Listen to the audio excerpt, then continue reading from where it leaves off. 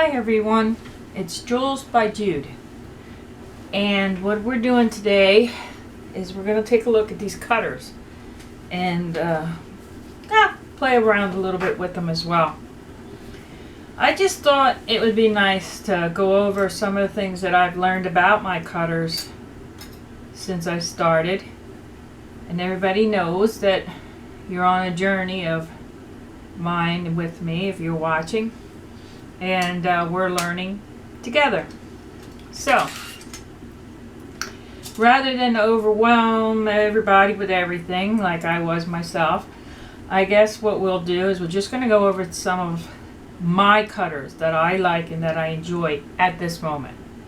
So, let me start with these. These came with RJ Crafts, and a silk screen goes with these.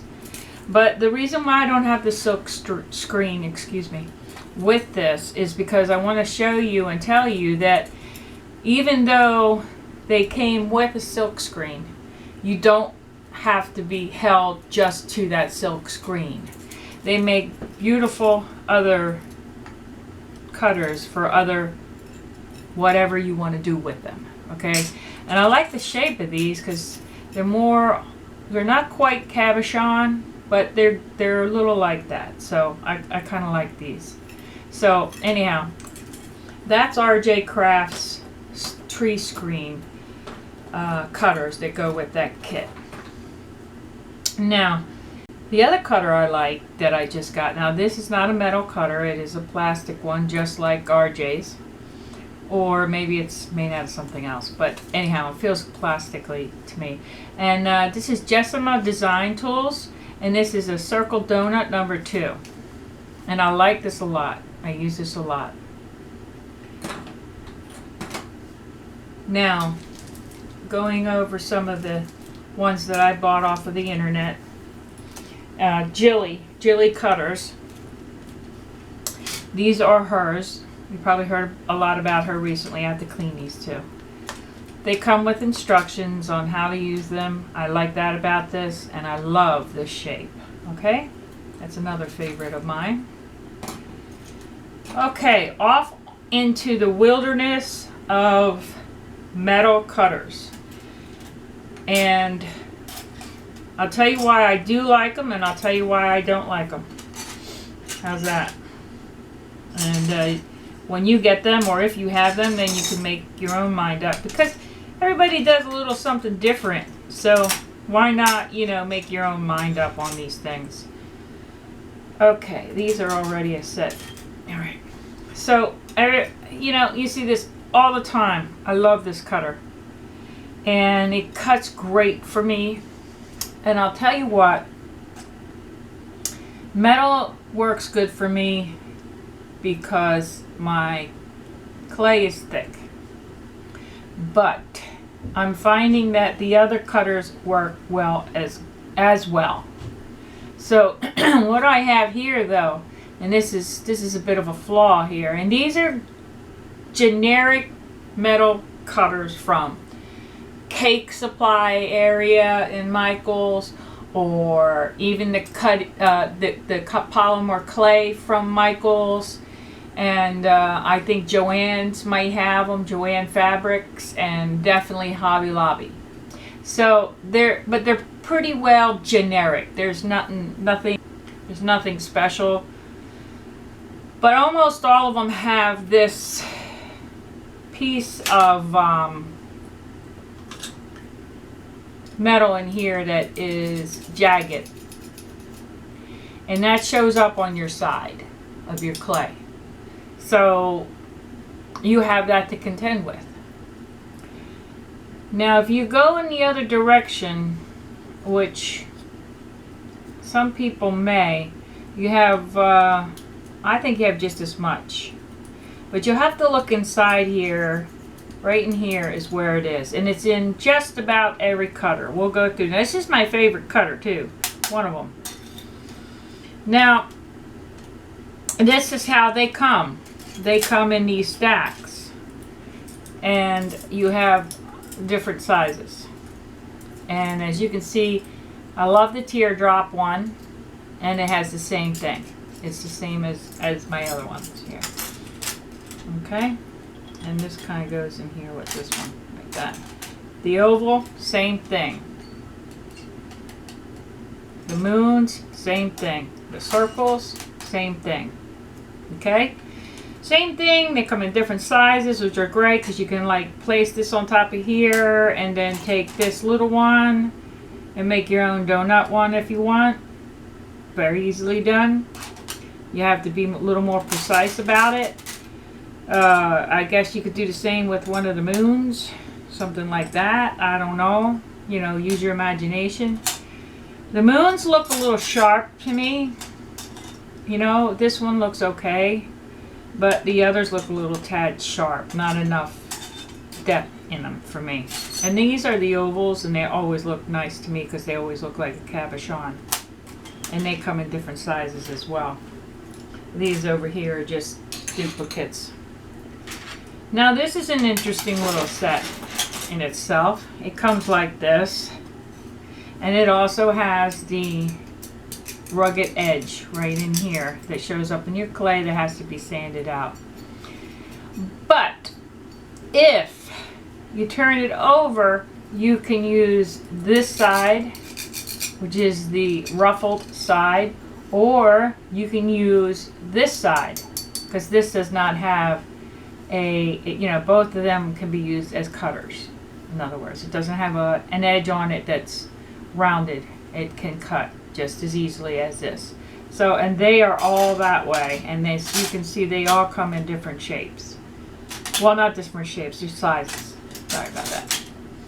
Now I have these over here, and these are a lot the same in the sense that, well, you can push this down and pull it up. And keep in mind, a lot of these, yes, they come from the bakery section in some of these areas, but they can be used for clay just as easily. So, but there are some things you need to know about them, and you'll figure them out, or maybe you'll watch my video or someone else's video, and you'll know before you purchase, and you'll decide then. These are also cutters. They're different sizes and shapes. Well, no, they're all about the same. Well, no, they're different sizes. They're different sizes. And they have the ruffled ends. And this is the lip I'm talking about, where it has the edge, whereas this one does not. And you can still use that at either a flat side or a ruffled side. Okay? So, last but not least is this beautiful cutter. I love this. This is also one I like very much. Okay. Now, I'll tell you what. I have found a few things to show you, of course, or I wouldn't be doing my video. Yes. I hope you can see that. I bought that at an estate sale for $3, I think. Now, this is called Stamp Around. And I saw them, and of course, I always know that stamps can be used in my field for all different types of things. Oh, I love.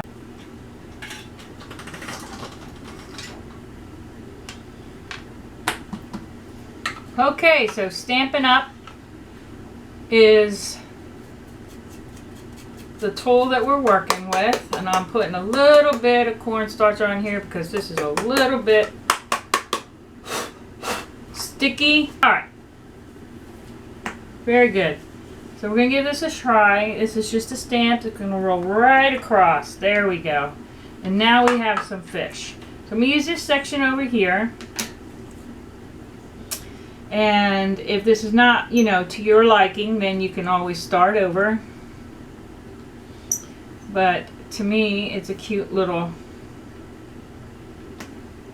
square of a little fish scene with the bubbles. And this is Stampin' Up, and it's Stampin' Around, and I already showed you all of the discs that go with it. So what I'll do now is just brighten this up a little bit for you so you can see a little bit better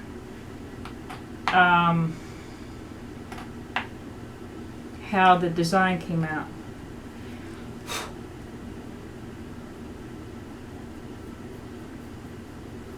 And a lot of these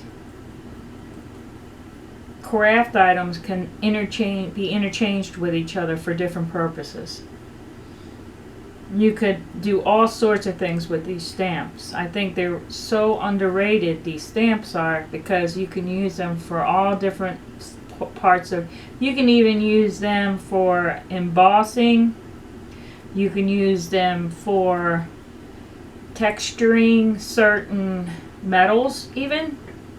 I've seen that done. I've watched a friend of mine do that.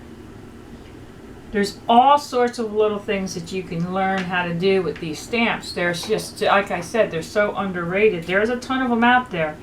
And I don't do card making, but those people who do, they really have the market on this. This is really scrapbooking material for them. But I'm telling you, this is great stuff to use in your polymer clay, embossing, metal making of sorts, all kinds of things. So that's kind of how it is, and it's probably going to be a little hard to see, and what I'll do at the end is bring down the camera so that you can see it a little better. I'm going to bake it. It's just going to be a little square, and I'm not sure what I'm going to do with it yet. Hi everybody, I'm back. This is the piece that we did in the oven, that we did the stamp on with. I don't know if you can see the little fishies, the bubbles in the water. And I just wanted to show you this here. This is the silicone mold that I got from Wish. And these were a couple pieces that I baked very, very shortly in the oven. And this is how they came out. So, if you like this video, like it, share it, and subscribe. God bless.